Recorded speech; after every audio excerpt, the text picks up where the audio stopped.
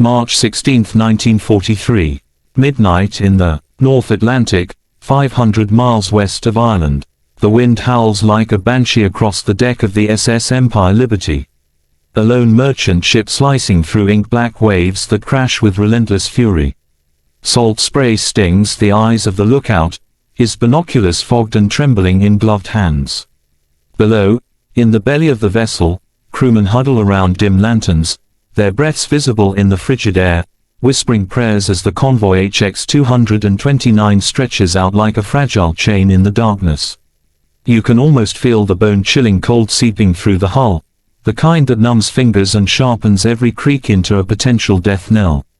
Suddenly, a torpedo slices through the water, silent, invisible, deadly.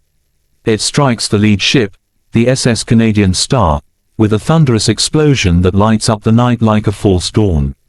Flames erupt, silhouetting panicked silhouettes against the inferno. U-boats, Wolfpack closing in. The radio operator screams into the static-filled void, his voice cracking as alarms blare. Depth charges rumble from escort destroyers, but it's too late, the sea erupts in chaos. Men leap into the freezing ocean, their cries swallowed by the roar of sinking steel and the predatory hum of German submarine engines lurking below. Captain-Lieutenant Otto Kretschmer, commander of U-99, peers through his periscope in the submerged lair of his Type VIIB U-boat, a wolf among sheep. His crew, faces gaunt under the red glow of battle lights, grins with the thrill of the hunt. Another hit, Herr Carleon, his first officer reports, the Enigma machine in the radio room clacking away, sending encrypted triumph back to Admiral Karl Donitz in Berlin. The codes, impenetrable, they believe, coordinate the pack with surgical precision, positions, speeds, evasive maneuvers.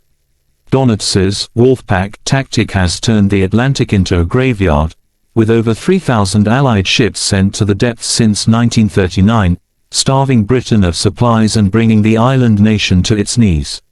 Aboard the Empire Liberty, Captain John Ferguson grips the bridge rail, his knuckles white. The convoy scatters like frightened deer, but the U-boats are everywhere, U-123 surfacing to finish a straggler with deck guns, shells whistling through the air like vengeful spirits. Ferguson's mind races. How do they know? How are they always one step ahead? The answer lies in those cryptic Enigma transmissions, a web of rotors and wires that twist messages into unbreakable gibberish. Or so the Nazis think. But in the shadows of Europe, far from this watery hell, a quiet war rages, one of minds, not torpedoes. A war where mathematicians and spies battle invisible enemies. As the night drags on, the survivors cling to life rafts, the sea claiming more with each swell.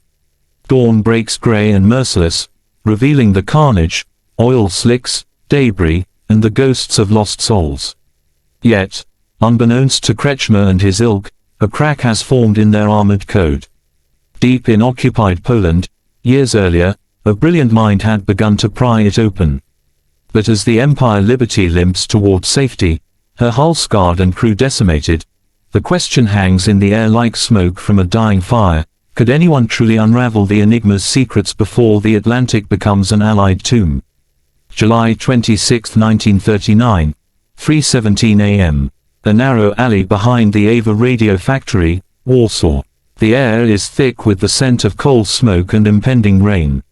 A lone street lamp flickers, throwing long shadows across cobblestones slick with summer drizzle. Inside a nondescript brick warehouse, three men move like ghosts. Marian Rejewski, 34, thin wire spectacles fogged from tension, wipes sweat from his brow despite the chill. Beside him, Jerzy Różycki and Henryk Zygalski, his fellow mathematicians from Poznan University, crouch over a wooden crate the size of a coffin. No uniforms, no medals, just chalk-dusted fingers and the low hum of a stolen German Enigma machine, its ivory keys glowing faintly under a single bulb. Rejewski's pulse hammers in his ears. You can almost taste the copper fear in the room. One wrong move, one creak of the floorboard, and the Gestapo patrol outside will kick in the door. Rotor order, 2-4-1, Różycki whispers, sliding the wired wheels into place. The machine clicks like a predator's teeth. Zygalski feeds in a 6-letter test message, LAUFEN, then spins the rotors. The lamp panel blinks, XPQRTZ. Garbage. Rejewski's lips tighten. They've been at this for 18 hours straight, fueled by black coffee and the knowledge that Poland has weeks, maybe days, before invasion. He pulls a hand-drawn card from his coat, thousands of permutations mapped on graph paper, each a possible key setting. His Bomba concept isn't a bomb at all, but 6-linked Enigmas wired to test rotor combinations at blinding speed. The warehouse smells of hot bakelite and desperation. Outside, a dog barks. Boots echo. The mathematicians freeze. Then it happens. The 6th Bomba unit clatters, rotors locking in unison. The output lamp spells a German word, ANGRIFF. Attack. Rejewski's breath catches. They've done it, not once, but consistently. The daily key, the plug board, the ring settings, the reflector, falls like dominoes once the rotor wiring is known. He scribbles the solution on a scrap of paper, hands trembling. Różycki stares, wide-eyed. We just read Hitler's mail, he mutters. But triumph is fleeting. Dawn is 3 hours away. The Polish cipher bureau has ordered evacuation. France and Britain will get the blueprints, the bombers, the secrets.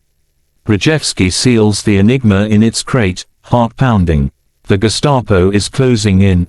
Rumors of a mole in Warsaw's postal service. If they're caught with the machine, Poland's resistance dies before the first panzer rolls. A knock, 3 sharp raps. The signal. A courier in a courier's cap slips inside, takes the crate, vanishes into the fog.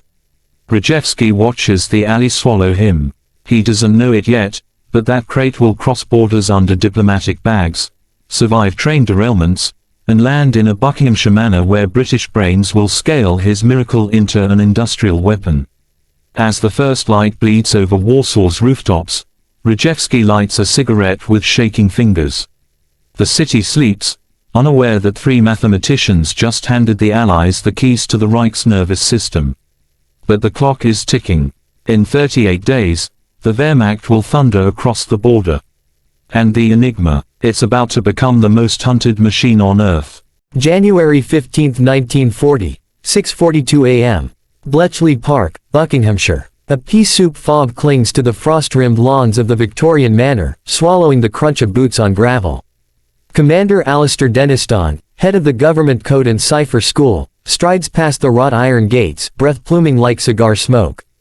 Behind him, 2 Polish officers, Colonel Guido Langer and Major Maximilian Rejewski, carry a battered leather suitcase as if it contains the crown jewels. Inside Hut 6, a repurposed stable block, the air is thick with coal dust and the metallic tang of soldering irons. Alan Turing, 27, lanky and unshaven, leans over a trestle table littered with valves, rotors, and coffee-stained blueprints. His eyes, sharp, restless, lock onto the suitcase the instant it's opened.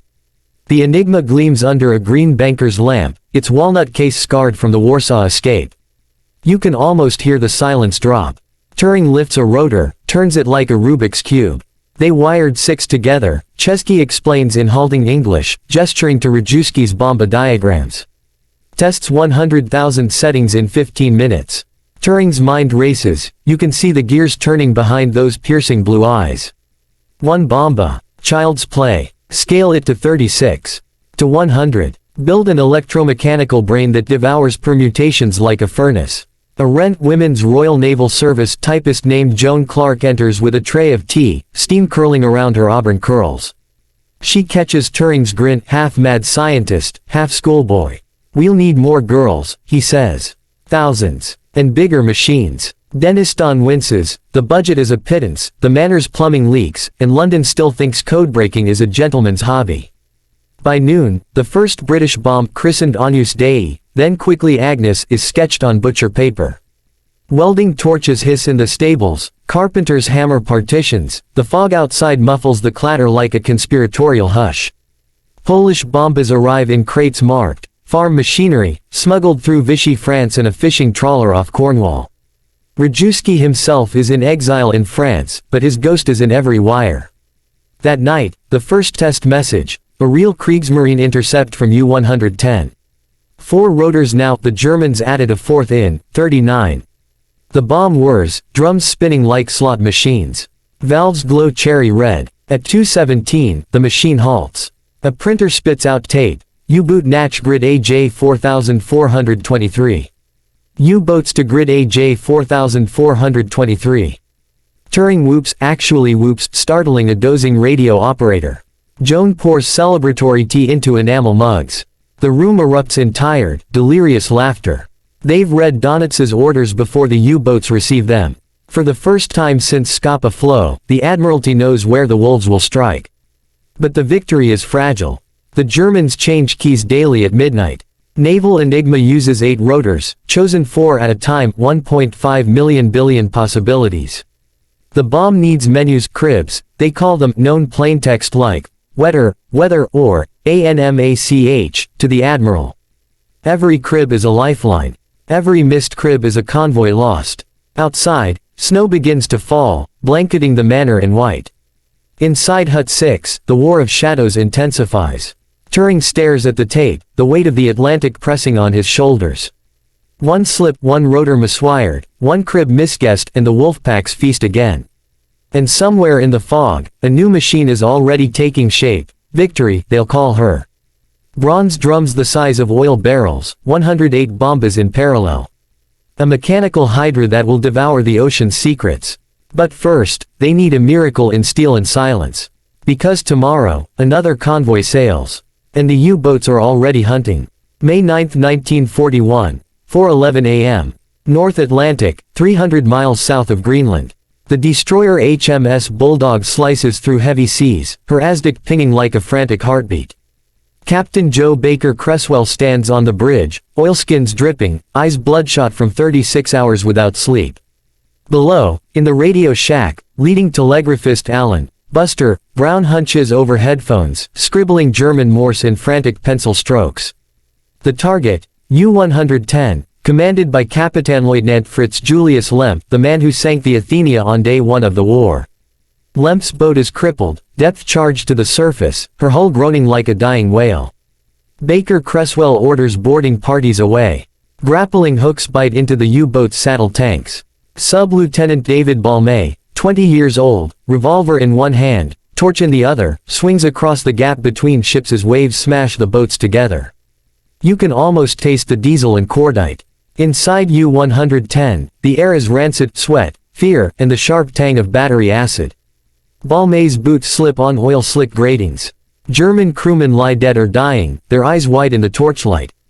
He kicks open the radio room door. There, the Enigma, bolted to a desk, rotors still warm. Beside it, a stack of codebooks, Kursignal, Kenbook, daily key sheets, soaked in seawater but intact. Balmay stuffs them into a canvas bag, heart hammering so loud he swears the dead can hear it. Back on Bulldog, the bag is rushed to the wardroom. Baker Creswell seals the cabin, posts armed guards. No one speaks. The codebooks are the holy grail, cribs for months. The May naval settings, the officer-only keys, the weather short signal book that lets Bletchley guess entire messages. Lemp, hauled aboard in handcuffs, realizes too late what he's lost. His face drains white as Baker Creswell quietly orders U-110 scuttled, no salvage, no headlines, no alerting Berlin. At Bletchley, the hull arrives under Royal Marine escort. Turing tears open the bag like a child at Christmas. The Kursignal alone slashes bomb run times from hours to minutes. Hut 8 erupts. Wrens cheer. Someone cracks open illicit gin. For the first time, they can read all U-boat traffic in near real time. 3 days later, convoy OB 318 steams into the same waters. Bletchley decodes Donitz's orders at 14:07. Wolfpack west to grid AK-55. Attack at dusk. The Admiralty reroutes the convoy 200 miles south. Escort carriers launch Wildcats. Destroyers lay perfect ambush patterns. At 1942, U-110's sister boat U-94 surfaces to attack, only to find HMS Obretti awaiting. Depth charges rain. U-94 blows apart in a fireball visible for miles. 4 more U-boats follow her to the bottom that week. Donitz rages in Kerneval, demanding explanations. His commanders report, impossible, Allied foresight. The Wolfpack tactic fractures. In HUD 8, Turing pins the new crib sheet to the wall. Red ink. May settings cracked. Joan Clark raises a mug. To the Poles, she says. And to the lads who nicked the post. Laughter ripples through the hut, but it's edged with exhaustion. They know the Germans will react, new rotors, new procedures, maybe even a fifth wheel. The race never ends. Outside, spring sun glints off the lake where swans glide oblivious. Inside, the bombs spin faster, hotter, louder. Victory is in their hands for now. But the Atlantic is vast, and Donitz still has 200 wolves at sea. And somewhere in the depths, a new U-boat captain tightens his grip on the periscope, unaware his orders are already being read by strangers in a country manner. September 3, 1939, 9 a.m. Wilhelmshaven Naval Base, Germany. The morning sun glints off the conning tower of U-30 as Kapitänleutnant Fritz Julius Lemp casts off, his crew snapping salutes under fluttering Kriegsmarine ensigns. In Berlin, Vice-Admiral Karl Donitz, commander of U-boats, stands before a wall-sized chart of the Atlantic, red pins marking every Allied merchant route like veins on a cadaver. His finger traces a bold arc from Iceland to Gibraltar. Rudeltaktik, he mutters. Wolfpack. You can almost smell the fresh paint and diesel. Donitz's vision is simple, ruthless, no lone hunters.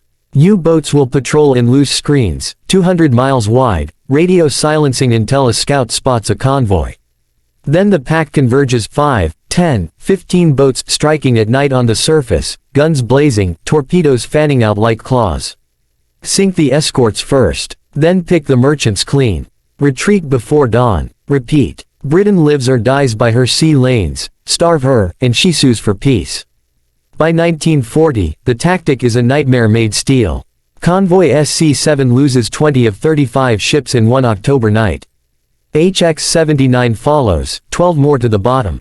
Donitz's headquarters in Courneval, France, a requisitioned chateau, buzzes with Enigma chatter. Each U-boat sends short signal bursts, grid squares, weather, sightings. The BDU Befehlshaber der U-Boot staff plots intercepts on greaseproof paper, issuing attack orders in four-letter codes. Beta Beta, shadow the convoy, Alpha Alpha, attack now. The packs have names now, West, Lowe's, Zeathan. Donitz paces the map room in carpet slippers, chain-smoking Juno cigarettes, eyes bloodshot but triumphant. Happy times, the crews call it. 700,000 tons sunk in June 1941 alone. Britain rations bread to 8 ounces a day. Churchill cables Roosevelt, the only thing that ever really frightened me during the war was the U-boat peril. But cracks appear. Escort groups learn to zigzag. Huff Duff high-frequency direction finding triangulates U-boat transmissions. And at Bletchley, the captured May settings turn Donitz's own signals into open books. HUD 8 reads his bedtime stories. U-553 to refuel from Milk Cow U-459 at Gridby 66. Reroute the convoy. Launch the catapult aircraft. The wolves arrive to empty ocean. Donitz fumes. He suspects betrayal, a spy in Courneval, perhaps. He orders radio silence, then floods the airwaves with decoys. He introduces the Triton key, 4 rotors for Atlantic U-boats only. Blackout. For 10 agonizing days in February 1942, Bletchley is blind. 1.2 million tons lost. Convoy HX-229 loses 21 ships in a single blizzard. In HUD 8, Turing stares at the silent bombs, knuckles white. Joan Clark brews tea the tastes of defeat. The Poles gift bought time, but the beast evolves. Donitz adds acoustic torpedoes, snorkels, Type 21 electro boats that can stay submerged for weeks. The Atlantic is a chessboard, and the admiral just sacrificed a rook to promote a queen. Yet every cipher change leaves fingerprints. A weather ship captured off Norway yields new bigram tables. A careless operator repeats, Heil Hitler, in plaintext. The bombs roar back to life.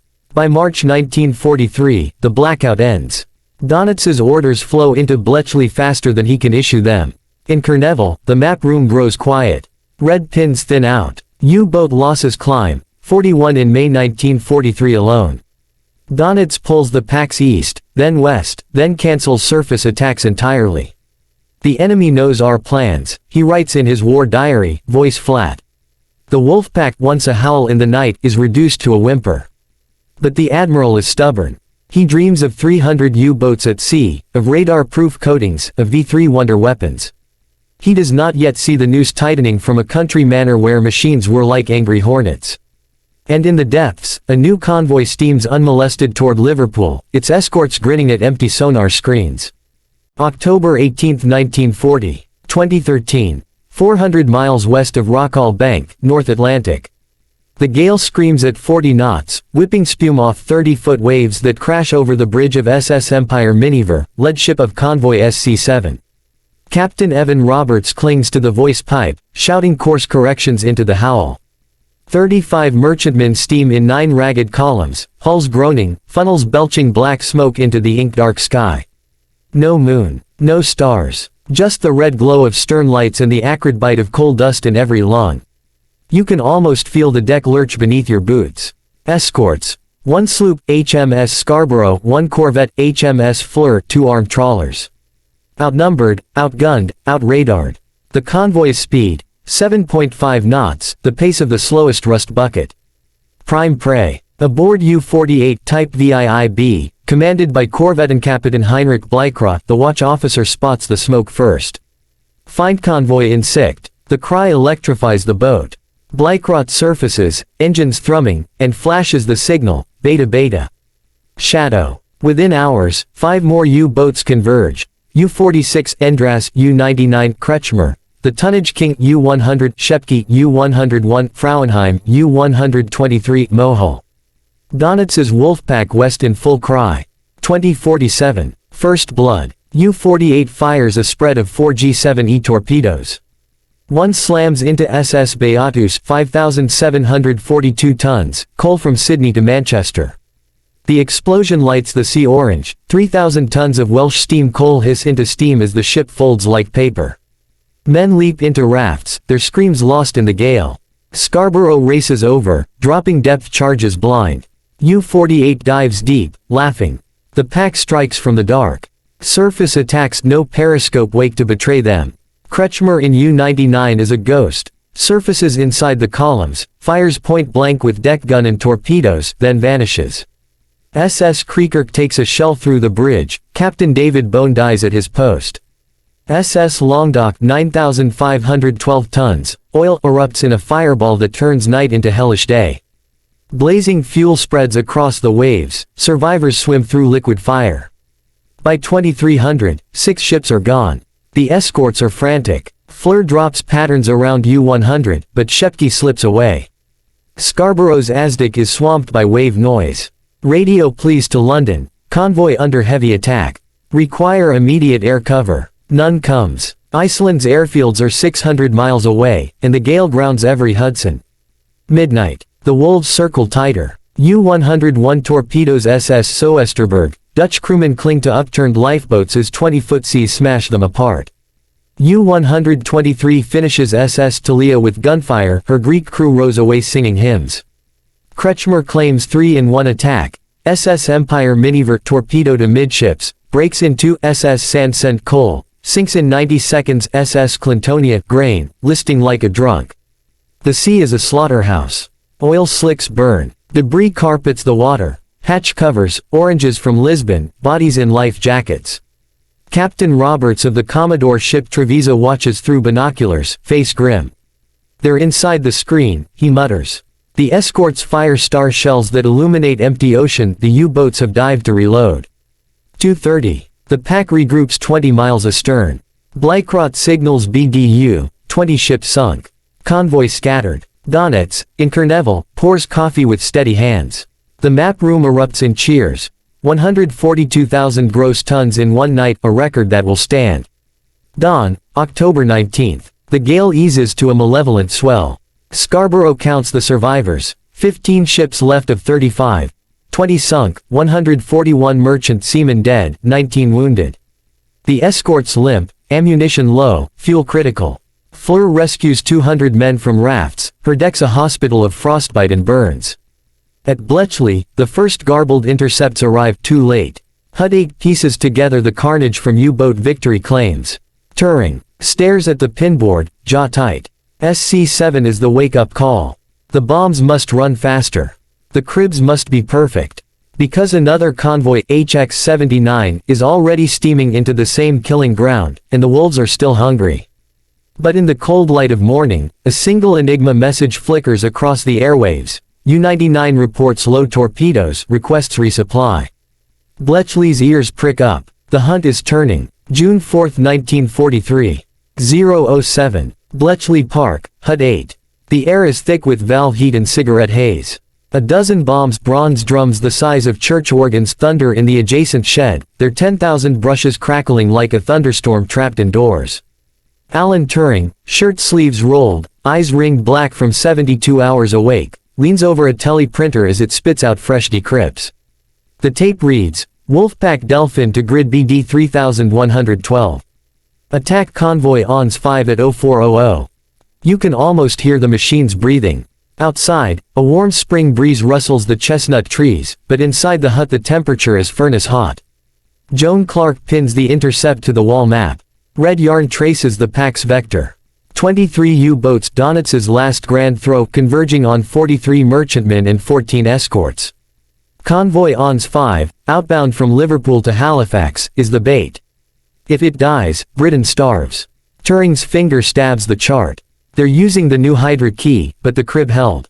The crib, a weather report from U-569, captured 2 days earlier when HMS Orabi forced her to the surface.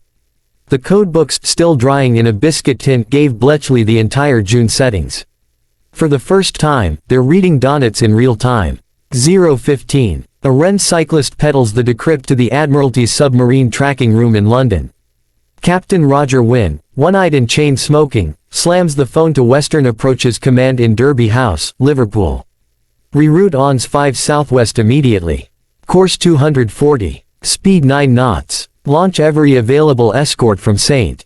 John's. The convoy turns. 43 funnels swing in unison, a slow ballet of steel. Captains curse the delay, but obey. Escort Group B7 Commander Peter Gretton in HMS Duncan forms a steel ring. Destroyers Vedette *, Loosestrife *, Sunflower *, corvettes Pink and Snowflake *, and the carrier Biter with her swordfish biplanes. May 4, 1945. The wolves strike early. U-358 KPTLT. Rolf Menck surfaces inside the screen, fires 4 torpedoes. SS West Mataket erupts in flame. But this time the escorts are ready. Vedette's Hedgehog mortar spits 24 bomb bolts ahead of the swirl. One detonates directly beneath U-358. The boat leaps half out of the water, breaks in two, and plunges. First kill of the night. The battle becomes a 48-hour maelstrom. Swordfish from Biter drop sonobuoys and flares, turning night into daylight. Loose Strife rams U-192, her bow crumpling but the U-boat's pressure hull imploding under the impact. Sunflower's depth charges force U-638 to surface, her crew abandons ship as 4-inch guns pound the conning tower to scrap. Donets, in Kerneville, watches his plot board empty. U-boat after U-boat reports contact lost, then silence. At 3:12 on May 6, he signals the pack, Abruk. ABBRUCH. Return to base. Break off. The order is unprecedented. The Wolfpack is fleeing. By dawn, the tally is brutal for Germany.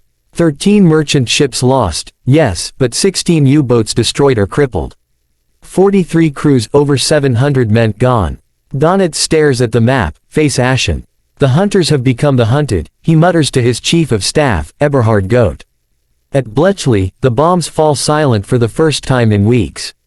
Turing slumps in a chair, a rare smile cracking his exhaustion. Joan pours tea that actually tastes of tea. A Wren bursts in with the final decrypt, BDU to all units.